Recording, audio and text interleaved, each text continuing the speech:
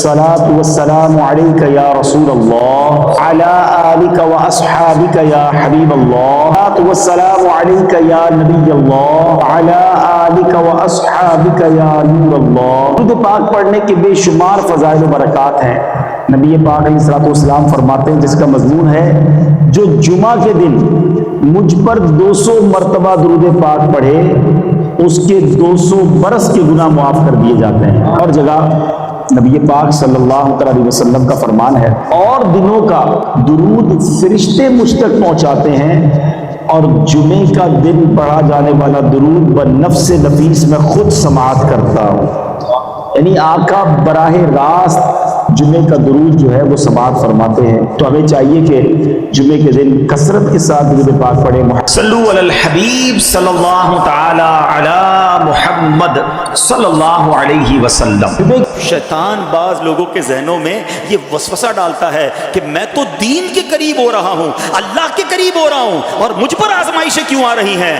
سنو سبحان اللہ، اللہ کے حبیب علیہ الصلوۃ والسلام کی کیا شان ہے۔ اعلیٰ حضرت ایسے ہی نہیں کہتے کہ میں نثار تیرے کلام پر ملی یوں تو کس کو زبان نہیں، وہ سخن ہے جس میں سخن نہ ہو، وہ بیان ہے جس کا بیان نہیں۔ میرے آقا نے کم و بیش 1450 سال پہلے یہ مسئلہ سالو کر دیا۔ حضرت سیدنا سعد بن ابو وقاص رضی اللہ تعالیٰ عنہ فرماتے ہیں کہ میں نے عرض کی، یا رسول اللہ صلی اللہ تعالیٰ علیہ وسلم، سب سے زیادہ مصیبتیں کن لوگوں پر؟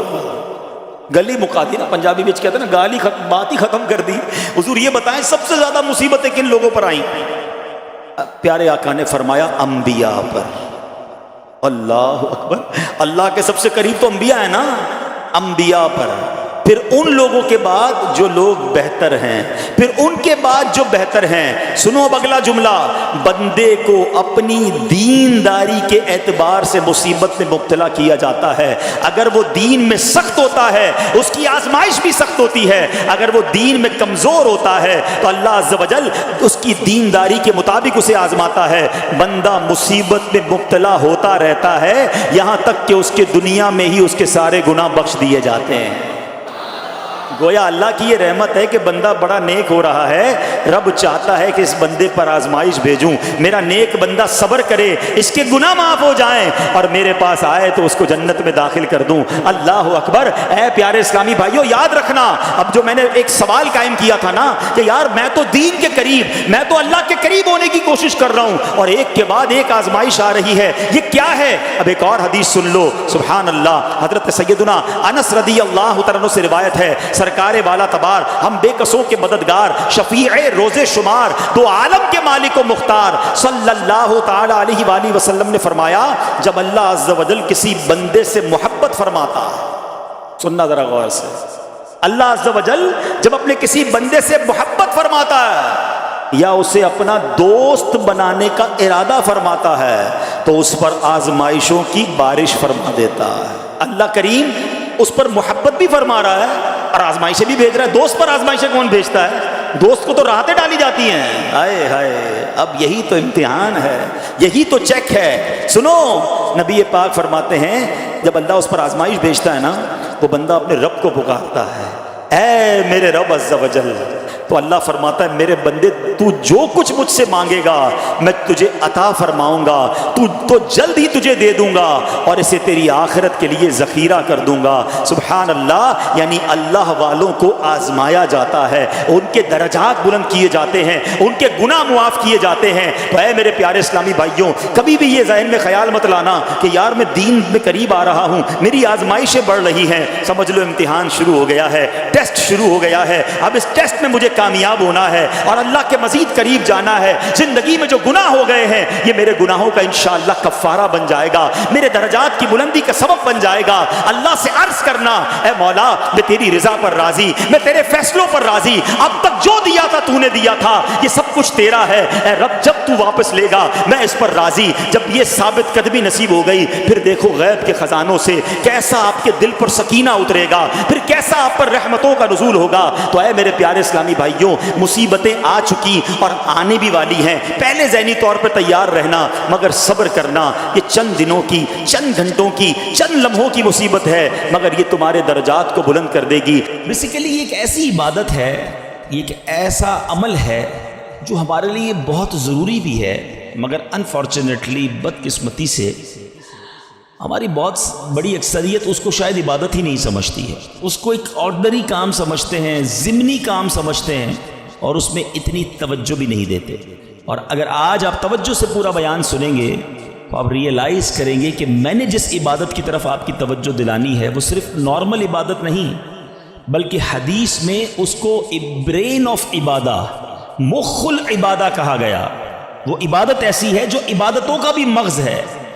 اب وہ کیا ہے وہ ضرور عرض کروں گا۔ پہلے بخاری شریف کا ایک واقعہ سنانا چاہتا ہوں، اور یہاں ایک تھوڑا سا مسکنسیپشن بھی کلیئر کرنا چاہتا ہوں، غلط فہمی یا وسوسہ، کہ کچھ لوگ یہ کہتے ہیں جناب کہ دعوت اسلامی کے اجتماع میں جاتے ہیں تو بعض اوقات وہاں واقعات بڑے سنائے جاتے ہیں، اور قرآن و حدیث کی بات کم ہوتی ہے اور واقعہ بڑا سنایا جاتا ہے۔ اب میں جو واقعہ سنانے جا رہا ہوں یہ میں نے نہیں سنانا، میرے آقا علیہ الصلوۃ والسلام نے صحابہ کرام کو سنایا تھا۔ تو یہ شاید غلط فہمی ہے کہ واقعات کا قرآن و حدیث سے تعلق نہیں ہے۔ پرابلم یہ کہ نہ ہم نے قرآن پڑھا ہے نہ حدیث پڑھی ہے۔ جنہوں نے قرآن پڑھا ہے ان سے پوچھیں کہ قرآن پاک میں واقعات کتنے ہیں۔ قرآن پاک بھرا پڑا ہے واقعات سے۔ سورہ بقرہ کو بقرہ کیوں کہتے ہیں بھائی؟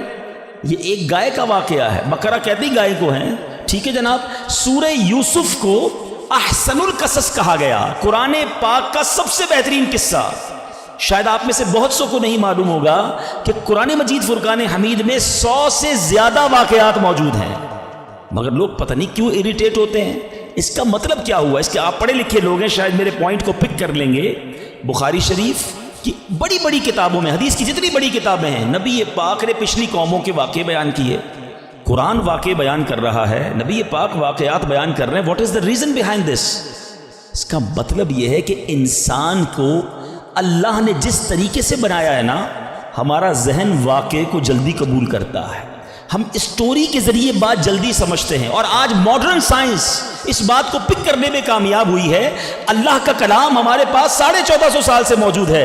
آج جائیے اسکول کالجز کے اندر، آج بڑے بڑے پروفیسر اس نتیجے پر پہنچے ہیں کہ جناب بچوں کو اگر کوئی بات سکھانی ہے تو کوئی اسٹوری کے ذریعے سکھانی ہوگی، کسی پوئم کے ذریعے سکھانی ہوگی، کوئی واقعہ بیان کرے تو بات دل میں گھر کر جائے گی۔ آج ماڈرن سائنس اس بات پر پہنچی ہے، میرا قرآن اور نبی کی حدیثیں ان واقعات سے بھری ہوئی ہیں۔ تو آج میں وہ واقعہ سنانے جا رہا ہوں جو بخاری شریف میں موجود ہے۔ اللہ کے حبیب علیہ الصلوۃ والسلام نے صحابہ کرام کو سنایا، اور امیزنگ کمال کا واقعہ ہے، اور یہی میرے آج کے ٹاپک کا یوں سمجھیے سینٹرل آئیڈیا ہے۔ آپ کو اندازہ ہو جائے گا کہ میں کیا بیان کرنا چاہتا ہوں، اور اس واقعے سے ہمیں بہت کچھ سیکھنے کو ملے گا۔ بخاری شریف میں ہے، حضرت عبداللہ ابن عمر رضی اللہ تعالیٰ سے مروی ہے، کہتے ہیں میں نے پیارے آقا علیہ الصلوۃ والسلام کو فرماتے سنا۔ میں سمری خلاصہ اس حدیث کا عرض کروں گا کہ اگلے زمانے میں 3 شخص کہیں جا رہے تھے، رات کا وقت تھا، سونے کے لیے انہوں نے ایک غار کا انتخاب کیا، اور ایک غار میں جا کر وہ آرام کرنے لگے۔ اس زمانے میں موٹیل اور ہوٹل تو ہوتے نہیں تھے کہ رات ہو گئی تو چلو کسی ہوٹل میں جا کے آرام کر لیں۔ کوئی غار دیکھا اور وہیں سو گئے پہاڑ کے اندر۔ ہوا کیا کہ وہ سوئے اور پہاڑ کی ایک چٹان جو ہے وہ اوپر سے گری، اور اس پہاڑ کا جو منہ تھا اس پر چٹان آ کر گر گئی، کلوز، دروازہ کلوز ہو گیا۔ اس زمانے میں موبائل فون نہیں تھا کہ اندر پھنسے ہوئے کسی کو بتاتے کہ ہم اندر پھنس گئے۔ وہ اندر ہو گئے، اور دروازہ جو اس غار کا منہ تھا وہ چٹان سے بند ہو گیا۔ نبی پاک علیہ الصلوۃ والسلام فرماتے ہیں کہ اب ان تینوں نے کیا کیا؟ انہوں نے کہا کہ اب ایک ہی ہتھیار بچتا ہے، کسی کو بتا تو سکتے نہیں، آؤ اللہ کریم کی بارگاہ میں دعا کرتے ہیں۔